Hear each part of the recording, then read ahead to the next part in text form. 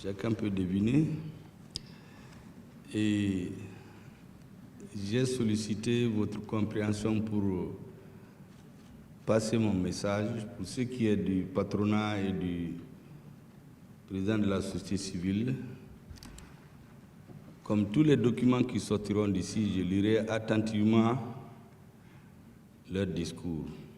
Parce que pour moi, les éléments qui sortiront de cette réunion sont capitaux. Parce que dans notre pays, comme dans tout autre pays, les problèmes économiques et sociaux, tant qu'ils ne sont pas résolus, les citoyens changeront d'avis sur ce que nous sommes en train de faire. Je dis à tout le monde que l'armée a fait son travail. Ce qui reste, c'est les Maliens. Il faut que nous puissions honorer l'histoire, la mémoire de nos ancêtres, la mémoire de tous ces soldats qui ont démontré à la face du monde, de l'humanité, de l'histoire, que impossible n'est pas malien. En prenant Kidal le 14 novembre 2023. Le développement économique et social de notre pays, mesdames et messieurs, je vais faire l'économie des appellations, est la priorité du gouvernement aujourd'hui. L'intervention du président, très éloquente, que nous venons de suivre, en dit long sur ses intentions et l'intention des hautes autorités. Ça veut dire que le gouvernement de transition sous sa haute conduite n'est pas venu pour chercher à satisfaire à certains donneurs de leçons, pour avoir des qualificatifs de bonne gouvernance, alors que le peuple n'a pas à boire et à manger. Vous avez compris dans son intervention que son intention et l'intention de toutes les autorités de la transition, c'est de marquer d'une pierre, d'écrire en lettres d'or l'avenir de notre pays jusqu'à 2063. Vous savez, j'ai l'habitude de dire aux uns aux autres que l'avenir du Mali, c'est au nord. Ça ne veut pas dire que le sud ne doit pas compter, tout le Mali doit compter, mais le nord, certains l'oublient. Il y a certains, je ne veux pas les qualifier, qui nous disent « Angé fait une douma, ou quoi un restaurant ». Ils n'ont rien compris de l'histoire. Vous savez, il y a un siècle, les États se battaient pour avoir ce qu'on appelle l'espace vital. Des millions de citoyens mouraient. Au Mali, on a l'espace vital qu'on veut nous retirer. On vient de nous dire vers 2060, nous serons 50 millions. Après, nous serons près de 100 millions. Notre avenir, c'est au nord. Nous n'avons pas besoin de faire de guerre ou quoi que ce soit pour l'espace vital. La deuxième chose, l'agriculture, l'élevage et la pêche, les uns des moteurs de développement de notre pays. Ceux qui sont au nord le savent, ceux qui vont. On n'a pas besoin d'engrais dans beaucoup de localités. La terre est très, très fertile. Au nord, j'ai lu dans un livre récemment et puis je me suis fait instruire auprès du ministre de l'Agriculture que vers Tessalit, il y a des produits qui poussent là-bas mieux que partout ailleurs au Mali. Sans parler des supposées ressources minières au nord. Pour la petite histoire, je fais cette digression parce que mon rôle aujourd'hui, c'est de ne pas faire le technicien. On a des gens pour le faire. Le ministre des Finances nous l'a montré, avec ses équipes. Si le président fixe une bonne vision et nous suivons le cap, ils vont faire le travail. Donc ce n'est pas ce qui manque au Mali. C'est la vision. On fait des bons textes, on applaudit et c'est fini. On venait de le voir au ministère du Tourisme. Les textes sur le tourisme depuis 2015 ont été adoptés. C'est la première fois qu'il y a la journée nationale de l'artisanat et du tourisme. C'est la même chose. On fait des bons textes, mais il nous manquait une vision. Si vous n'avez pas de vision, comme l'autre l'a dit, vous ne savez pas où est-ce que vous partez. Et en ce moment, il n'y a pas de bon vent pour vous. Vous serez en train de courir derrière les appréciations, bien élus, applaudis à l'extérieur, vous êtes dans les hôtels, dans les avions. Pendant ce temps, auprès de votre population, les gens ne boivent même pas de l'eau. Un jour, je me suis posé la question, mais le président là, c'est un militaire, pourquoi il nous parle tout le temps de forage? Après, je me suis interrogé moi-même, un jour j'ai eu la curiosité de lui dire, de m'instruire un peu. Est-ce que vous savez que quand ils étaient sur le terrain, ils arrivaient dans des villages où il n'y a même pas d'eau. Les soldats qui allaient mourir de soif venaient, les villageois aussi n'ont pas d'eau. Ça marquait son cerveau. Dès qu'il est devenu président, vous avez vu tout de suite, il dit, il faut que j'amène le forage partout. Moi, j'ai fait 25 km aller-retour dans l'enfance, avant de venir là où je suis, par la volonté de Dieu et des Maliens. Nous avons l'obligation, l'ardente obligation historique, de faire en sorte que cette équipe de la transition écrive en lettres d'or la nouvelle histoire du Mali, pour que les Maliens espèrent. Un peuple vit d'espérance, d'espoir. Il faut donner de l'espoir au peuple.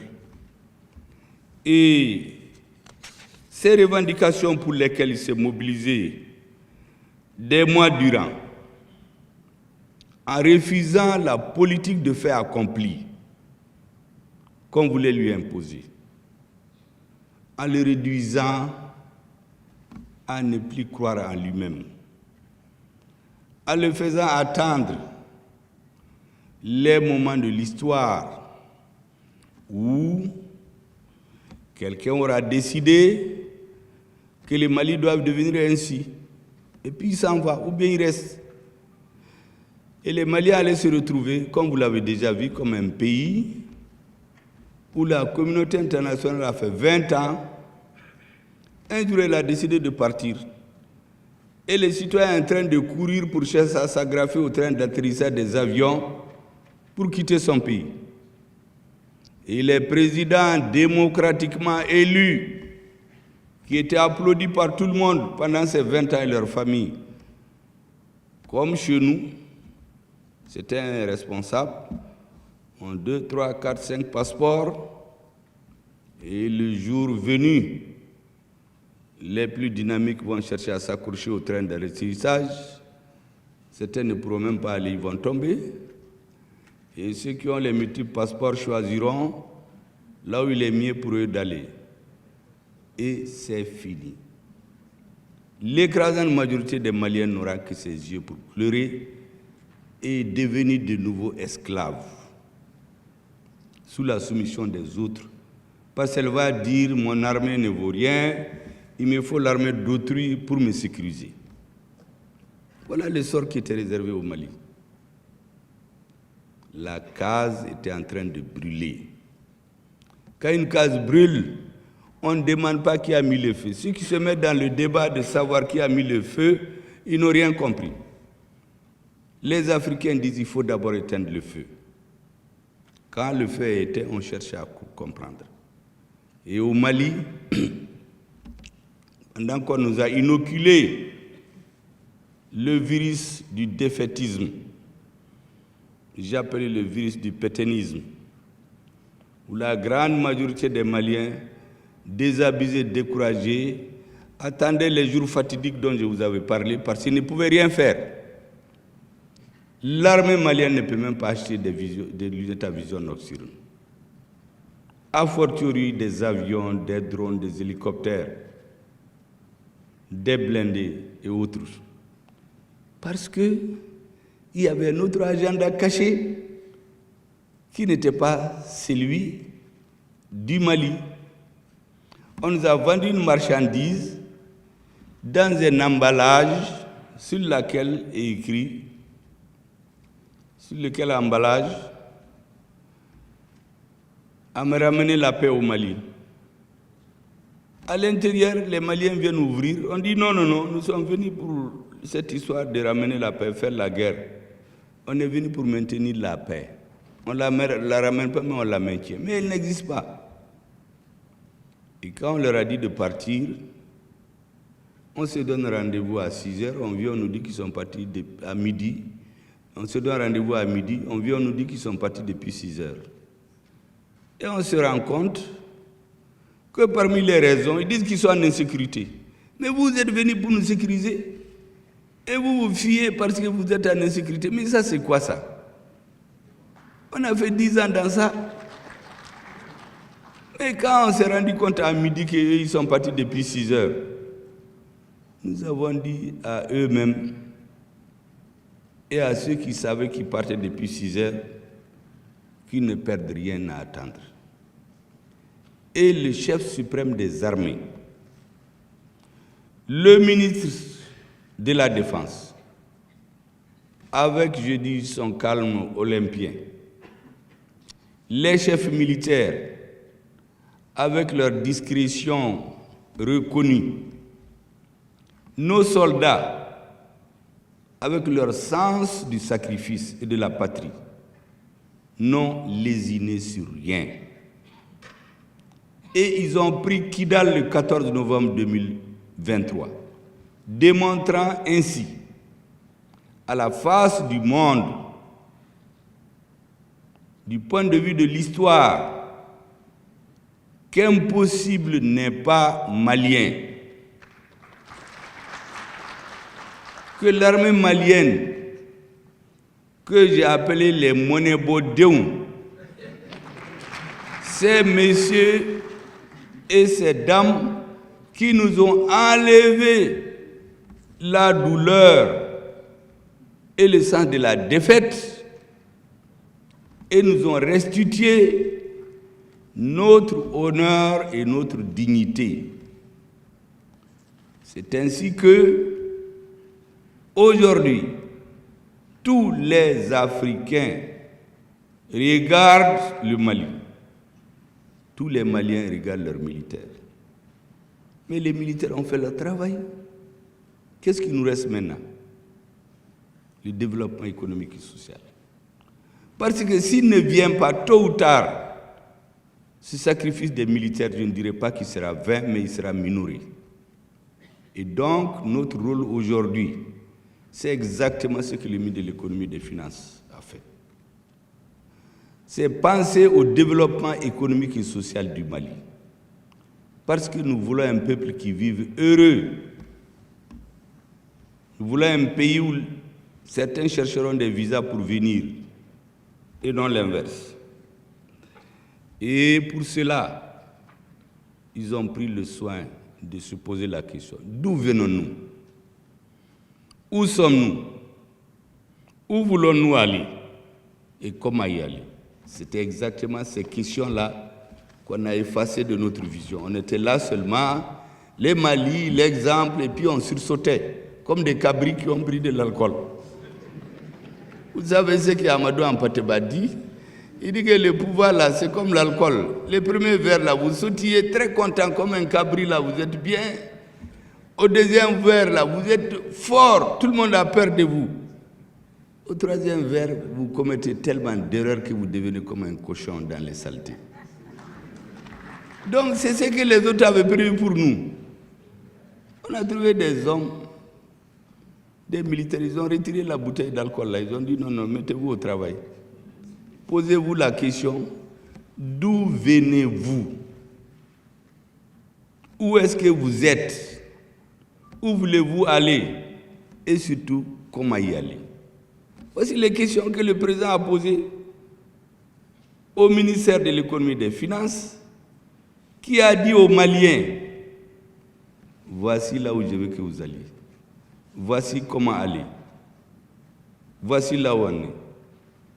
Voici d'où nous venons. Mais ils ont fait les économistes.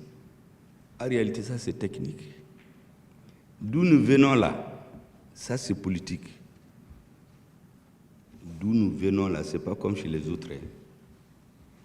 D'où on vient, c'est extrêmement important. Vous savez, notre pays a connu 2 vagues d'islamisation. À la chute de l'Empire du Ghana, ceux qui l'ont détruit s'appelaient les Almoravides. Aujourd'hui, ils se font appeler les Mourabitoun. Ça, c'est pour nous impressionner, c'est la même chose. Fugoto, Ganji Boro Koro Borabe Borokili. Almoravide, Mourabitoun a imposé l'islam par la violence. Mais l'islam la plus répandue, elle est venue par le commerce et les affaires. Au XVe siècle, au XIIIe siècle, au XIIe siècle. Donc notre pays n'a pas à apprendre l'islam chez quelqu'un. Depuis des millénaires, nous sommes un pays musulman. Deuxièmement, les autres États ont été constitués par le colon. Chez nous, la nation existe avant la colonisation. Certains, on les a colonisés en 2 semaines, 1 mois. Chez nous, 2878, le 22 septembre, la bataille de Logo Sabousouré, au 16 mai 1916. 38 ans de guerre pour soumettre ce qui est appelé après le Soudan. Mais pourquoi? On a eu des grandes entités étatiques ici, le Ghana, le Mali, le Songhai. Mais à la destruction du Songhai, avant la destruction du Songhai, beaucoup ne savaient pas, on avait un État décentralisé et laïque. Je rappelais aux uns aux autres que lorsque le roi du Maroc s'était hasardé à vouloir tomber sur le Mali, mais c'est un contingent de militaires composé exclusivement de Touaregs qui les ont mis en échec et ont foncé jusqu'à Fès. Mais quand cet empire est tombé en décadence, des petites royautés sont constituées, les Bambara font le Kaharta, ils font Ségou, les Peuls font le Massina, les Malinké font Kouassamori, les Sénoufons font Kénédougou. Ils sont venus les prendre un à un. C'est avec ces petites principautés-là qu'on nous a pris un à un. Les derniers, c'est les Touaregs, les Oulimedèdes. Le 16 septembre 1916, vous savez, pour les détruire, on a poussé les Africains, d'autres Touaregs et d'autres Arabes. Firoun a été assassiné par un Africain le 20 juin 1916 et donné son corps aux Blancs. Mais c'est le même sort qu'on nous a réservé. Si vous avez remarqué au nord là, c'est les plus forts. Quand tu es fort, tu es un vendeur de drogue, tu fais ce que tu fais. Gao, Tombouctou, on achète toutes les grandes maisons. Une maison qui coûte 10 millions, il l'achète à 20 millions, disons à 50 millions. Donc à terme, toutes les populations autochtones de Gao, là, on les allait les mettre à la périphérie. Au centre, c'est les terroristes et les vendeurs de drogue qui allaient commander le Mali. Les élections vont venir, ils vont aller avec cet argent corrompre, comme l'élection, on a une démocratie purement électorale, corrompre tout le monde, être élu. On va avoir dans nos institutions des vendeurs de drogue, des terroristes, et le pays sera ce que ses ennemis veulent. Et on va retourner à la situation d'un État avec des citoyens ignorants de leur histoire et dirigés par des corrompus. Ça, c'est un État à prendre très vite. Et on allait confier notre sécurité à d'autres. Les Maliens ont dit non. Ils se sont organisés. Après plusieurs mois de contestation contre ce fait accompli et les changements politiques et institutionnels d'août 2020, conséquence de ce refus de notre peuple, et particulièrement à la suite de la rectification de la trajectoire de la transition, à partir du 24 mai 2021, ces prises de position ont permis à notre pays de s'engager résolument sur la voie de son redressement, et j'espère pour toujours. Mesdames et messieurs, grâce à la stabilisation du pays, aux réformes politiques et institutionnelles en cours, la transition suscite beaucoup d'espoir et est largement soutenue par les Maliennes et Maliens décidés à prendre leur destin en main. En organisant les assises nationales de la refondation, les autorités de la transition ne pouvaient trouver un meilleur créneau pour donner la parole à toutes les couches et sensibilités de notre peuple, afin qu'elles se prononcent sur la situation critique du pays et décident des mesures à mettre en œuvre dans tous les secteurs de la vie. Et c'est pourquoi j'ai été très heureux de voir le ministre de l'Économie et des Finances et ses équipes nous interroger. D'où venez-vous? Où est-ce qu'on est? Où on veut aller? Et comment y aller? C'est la question du président et du gouvernement auxquelles ils ont tenu à répondre. Je ne reviens pas sur tous les autres chiffres. Je dirais juste que des projets structurants seront identifiés et mis en œuvre pour soutenir la réalisation de la vision du chef de l'État, du gouvernement sous son autorité,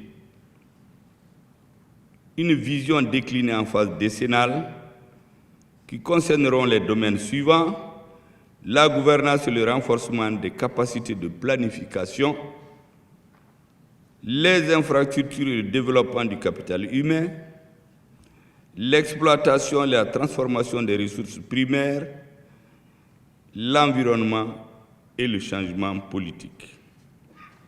Mesdames et messieurs, des réformes nécessaires sont indispensables et seront également identifiées et mises en œuvre tout au long de cette vision.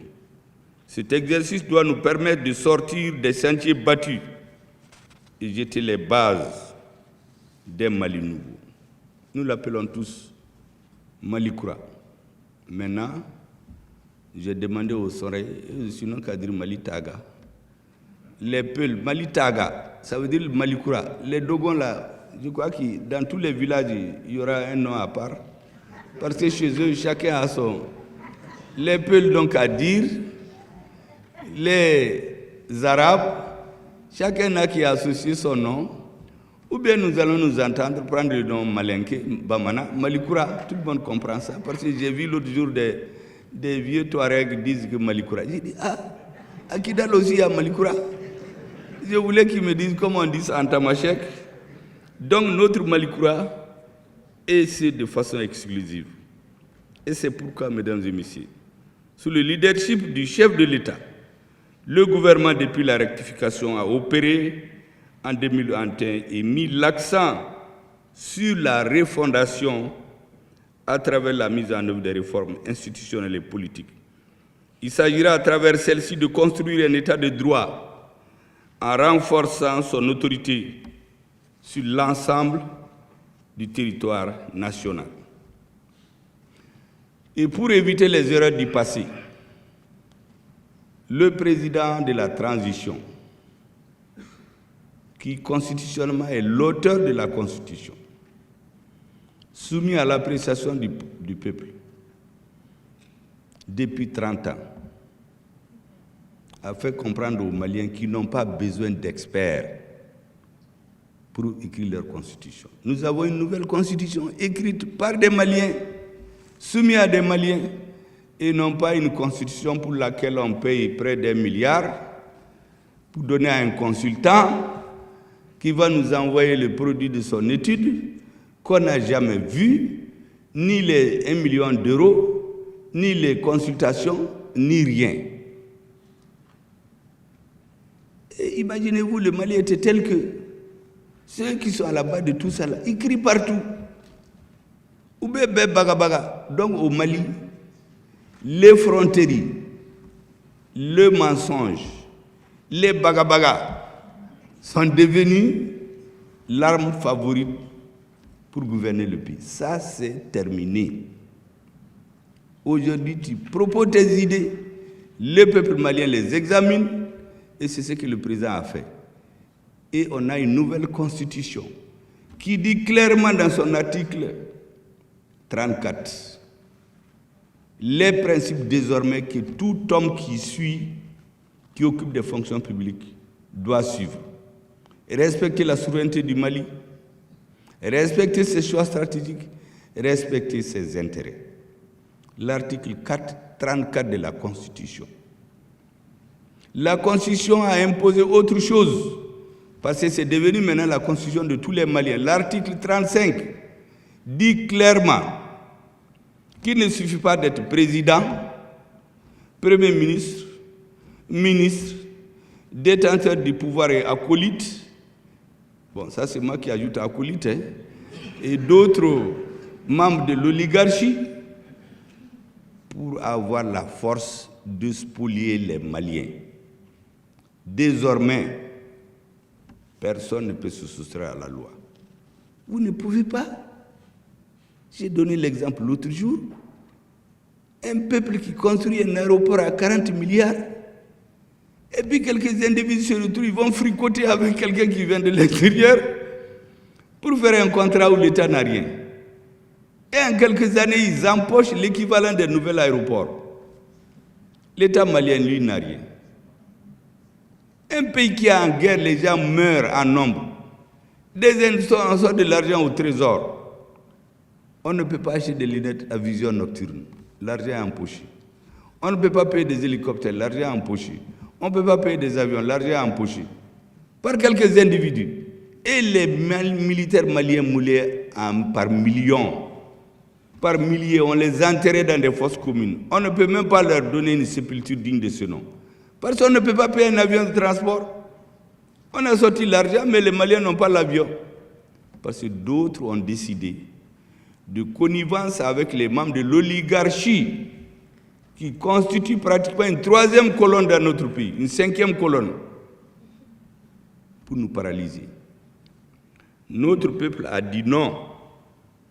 Et c'est pourquoi cette constitution, dans son article 35, a été très claire. Il ne suffit pas d'être détenteur d'une partie du pouvoir pour spolier notre peuple. C'est terminé. Le pouvoir politique, quand quelqu'un devient président, ministre, premier ministre, est-ce qu'il n'a pas de quoi vivre? Il a de quoi vivre jusqu'à la fin de ses jours.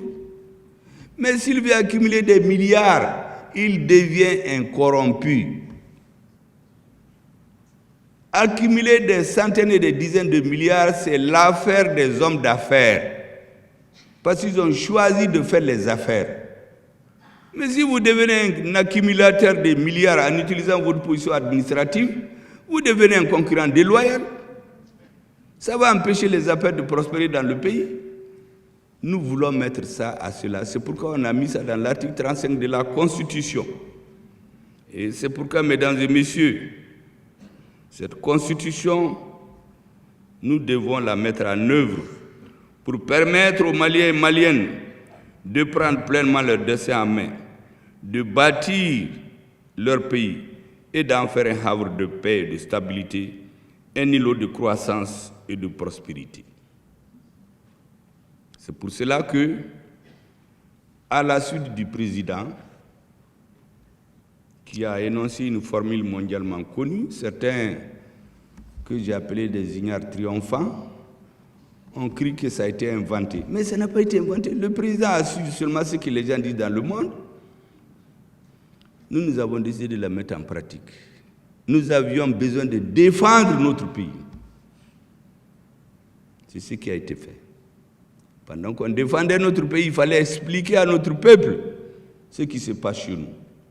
C'est ce que nos ministres des Affaires étrangères, sous la haute conduite du président, et les autres ministres, la communication et d'autres l'ont fait, pour expliquer à notre peuple qu'est-ce qui se passe chez nous. Aujourd'hui même, nos grands-mères dans les villages là, sont des géopoliticiens. Dès que tout le monde a son petit téléphone, il regarde qu'est-ce qui se passe. Ce matin, j'ai raconté une petite histoire qui a fait rire les gens. Quand ma vieille est venue du village, des vieilles, disons, parents, il me dit, mais toi, tu as été à New York. Mais on a appris que quand ton avion a quitté là-bas, il était escorté par Poutine. Et que les Français voulaient détruire ton avion. Mais les Russes ont dit non, jusqu'à te faire atterrir à Bamako. J'ai dit, mais qui vous a dit ça? Il dit que c'est ce qu'on leur a dit. J'ai dit non, mais quand j'ai pris mon avion, j'étais à Paris. Donc on vous a dit des histoires. Pour vous dire comment ils vibrent. J'ai dit, Poutine là, il est d'où? Toi tu connais ça, du village là. Poutine c'est qui? Il dit, mais c'est le président de la Russie, c'est l'ami de notre président. Vous voyez des gens du village. Parce qu'on leur explique tout. Quand les terroristes sont venus dans chez moi, ils ont tué 12 personnes. Ils ont pris les animaux. Qu'est-ce que certains me disent? Ah, nos animaux là, nous on n'a pas de problème. On sait qu'ils vont tuer nos animaux là, viennent d'exporter à l'extérieur à travers le Niger. Donc, vous voyez comment l'explication a mobilisé le peuple. Elle n'en voulait plus à Assimi Goïta. Elle disait qu'on est venu tuer leurs animaux pour aller vendre leur viande aux ennemis et qu'ils sont en train de prier à la Koba. Bon, il n'y a pas la paix partout, c'est vrai, mais c'est une question de temps. Nous sommes partis au cœur du terrorisme grâce à notre armée. Aujourd'hui, je dis à tout le monde, à tous les Maliens, que quand la case brûle, on éteint le feu. Mais quand le feu est éteint, pour refaire une nouvelle case, il faut appeler tout le monde. Au Mali, on nous avait amené à un moment où on a pris 80% de notre territoire. Et je crois que 80% des Maliens ne croyaient plus qu'il était possible d'aller à Kidal. Moi, j'ai discuté avec des gens. Un ami que j'ai rencontré depuis 2015, en lui disant 15 jours, notre pays va reprendre le nord.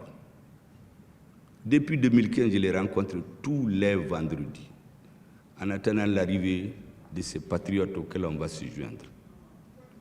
Lorsque, par un heureux hasard de circonstances, la confiance du président a été portée sur ma personne, la première chose que j'ai faite dans mon bureau, c'est de signer les ordres de mission du ministre de la Défense, qui devait aller en Russie, qui venait des ordres de mission qui étaient là depuis 3 mois. Et il venait attendre, on ne le reçoit même pas. On le reçoit comme n'importe qui. J'ai signé ces ordres de mission. Deuxième chose, dans la même journée, j'ai appelé le monsieur. J'ai dit, bon, maintenant là, assis-toi, qu'est-ce que nous, on peut faire pour aider ces monébodéons-là? Ces militaires-là, je suis convaincu que s'ils ont le soutien du peuple, ils vont faire plus. Il m'a regardé, il m'a dit, mon ami, vraiment, je n'ai pas voulu te dire la vérité, mais Ebi Kounfé, tu es un rêveur. Il me dit que le Mali, là, ne sera plus jamais le Mali d'avant. Et que lui, depuis 2016, un très haut responsable politique lui a dit que ne vous tuez pas pour rien, il faut conserver vos vies. Parce que cette affaire ne va pas finir. Un mandat va finir, un autre va venir, mais penser que la communauté internationale va quitter le Mali, ça n'arrivera jamais. Parce que ce qu'il y a en dessous seulement dans le sous-sol seulement de Ménaka, c'est plus que ce qu'il y a dans certains pays du Moyen-Orient. Donc ça n'arrivera jamais. Cherche ce que tu veux, fais ton temps, et bien bon, ma verre bena. Je lui ai demandé s'il croit à ça. Il me dit que vraiment, lui, honnêtement, il croit que le Mali ne peut plus être comme avant. Je me suis levé, je l'ai accompagné à la porte. Je lui ai donné au revoir, j'ai effacé son numéro de mon répertoire. Parce que ce n'était plus un interlocuteur. Vous savez, quand vous êtes dans un truc comme ça, c'est lui qui vous démoralise là. En réalité, il devient un allié objectif de l'adversaire. C'est comme ce président qui vient dire à ses militaires, faites attention, hein, les terroristes là sont plus forts que vous. Ce n'est pas la peine de vous battre. Et puis on le sort dans tous les médias en Occident, dans les journaux. Mais en fait, c'était pour désorganiser, démoraliser ces militaires. Il devient un allié objectif. Pendant la guerre, c'est lui qui fait ça pour démobiliser les soldats. Mais c'est un ennemi. Il est parti. Et puis je me suis dit, maintenant là, on va chercher à la loupe ceux qui sont prêts à se joindre à ces monobodéons-là pour qu'on essaie de faire avancer notre pays. Et Dieu merci, le 14 novembre, comme je l'ai dit, tout le monde s'est mis à applaudir. Moi, j'ai vu des reportages dans les réseaux où des gens qui se sont réunis une semaine avant dans un hôtel ici pour appeler des personnes et leur dire d'aller dire au président et au premier ministre d'arrêter leur aventure. Parce que cette affaire est vouée à l'échec. Ces mêmes personnes, je l'ai vu faire des communiqués pour féliciter l'armée malienne. Il dit Allah Akbar. Et Fanabala, ils sont devenus des soutiens de la transition. Il dit Allah Koké. Et donc, l'appel que je lance au Mali, aujourd'hui que l'armée a pris Kidal, ça c'est, on a gagné la guerre. Elle n'est pas totalement finie comme je l'ai dit, il reste quelque chose. Les poches de résistance, il faut qu'on continue à les éliminer, mais pour l'essentiel, on a fait l'impossible. Ce qui reste aujourd'hui là, c'est la construction, le développement économique du pays. Et pour ça, il faut qu'on soit tous ensemble. Tous les Maliens. Il faut une union sacrée autour du président de la transition. Quels que soient les bords auxquels on appartenait avant. Parce qu'avant, les gens étaient dépassés, ils ne savaient même pas. Un militant de base d'un parti au pouvoir ou d'un allié qui cultive chez lui le maïs, qu'est-ce que lui connaît des lunettes à vision nocturne? Qu'est-ce qu'il connaît des hélicoptères? Est-ce qu'il peut imaginer que lui a voté pour quelqu'un qui laisse les soldats mourir? Mais aujourd'hui, tout le monde dit, soldats qui Malien, vraiment, les Maliens ont démontré leur capacité de résilience. Faisons en sorte qu'on gagne la paix. Et gagner la paix, c'est avec tout le monde. Tendons maintenant à la main à tous ceux qui ne croyaient pas. Peut-être qu'ils ne savaient même pas. Ou bien ils soutenaient juste leurs dirigeants, ils ne savaient même pas. Faisons l'union sacrée de tous les Maliens autour de notre président pour réaliser les rêves que le ministre de l'économie et des finances vient de présenter à tous les Maliens. Je dis un État, ce qu'il a dit, un État stratège qui s'occupe des secteurs stratégiques de l'État, mais les privés au centre du développement. Le commerce, les hôtels, le tourisme, ça c'est l'affaire des opérateurs. Les domaines stratégiques comme les routes, l'électricité, les ponts et la réglementation surtout, c'est l'État. Et que les hommes politiques dans les postes publics cessent d'être des concurrents aux opérateurs économiques. Celui qui veut faire les affaires il quitte la politique, il va faire ses affaires.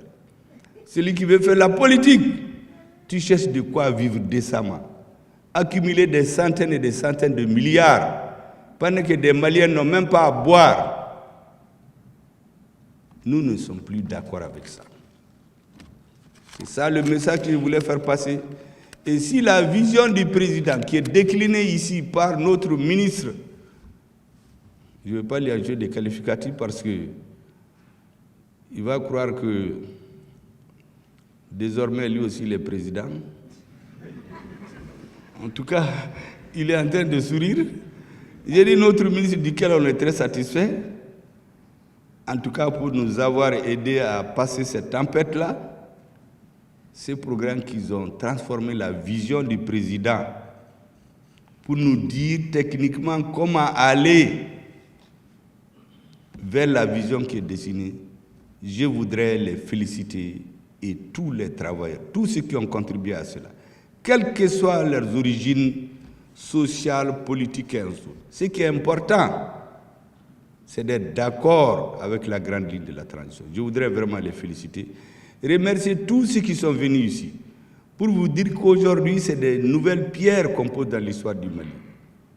Nous attendons avec beaucoup d'impatience vos conclusions. Ça va être un guide pour nous-mêmes au niveau du gouvernement, parce que le président a déjà donné des indications. Et les membres du gouvernement, ils sont venus nombreux ici.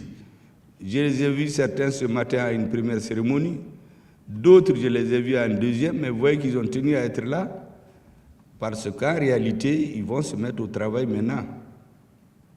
Ils le faisaient déjà, mais avec les nouvelles orientations, le travail va être intensifié, densifié, pour qu'à la fin de la transition, chaque Malien interrogé, d'accord ou non politiquement, il va dire, mais ces hommes et ces femmes de la transition, ils ont fait tout ce qu'ils peuvent pour que notre pays avance. Allah Kabarkadoula. C'est sur ces mots, mesdames et messieurs, ces mots optimistes que je déclare ouverte, mesdames et messieurs, la session sur l'élaboration de la vision 2063 et les stratégies nationales de développement à moyen et court terme du Mali. Merci beaucoup de votre attention. J'ai été peut-être un peu long, mais les militaires font la guerre, ils ne comptent pas le temps, nous on sensibilise aussi. Le plus important, c'est que notre peuple commence ce qui est en train de se passer chez lui. Et ça, c'est une autre forme de guerre aussi. Parce que les adversaires du Mali, c'est du peuple qu'ils ont peur. Lorsque vous aurez compris ce qui se passe chez nous, tout va aller de l'avant. Parce que les dirigeants, c'est très simple de les faire taire. Il y a différentes façons, mais on ne peut pas faire taire tout un peuple. Je vous remercie donc de votre attention. Les privés, nous comptons beaucoup sur vous. Et je lirai avec beaucoup d'attention ce que vous allez demander à l'État malien aujourd'hui. Parce que c'est vous et l'État qui feront avancer le pays. Merci bien de votre aimable attention. Bon, je vais vous demander de ne pas quitter la salle parce qu'il y a 2 discours à suivre. J'avais une urgence tout de suite. On vient de me dire que sinon j'avais tellement de choses à dire là. Mais on m'a dit que je suis attendu. Donc, monsieur le ministre des Finances va m'accompagner. Les autres restent en poste. Et je vous remercie de votre attention, surtout de votre indulgence. On parle beaucoup et vous écoutez, mais nous savons pourquoi.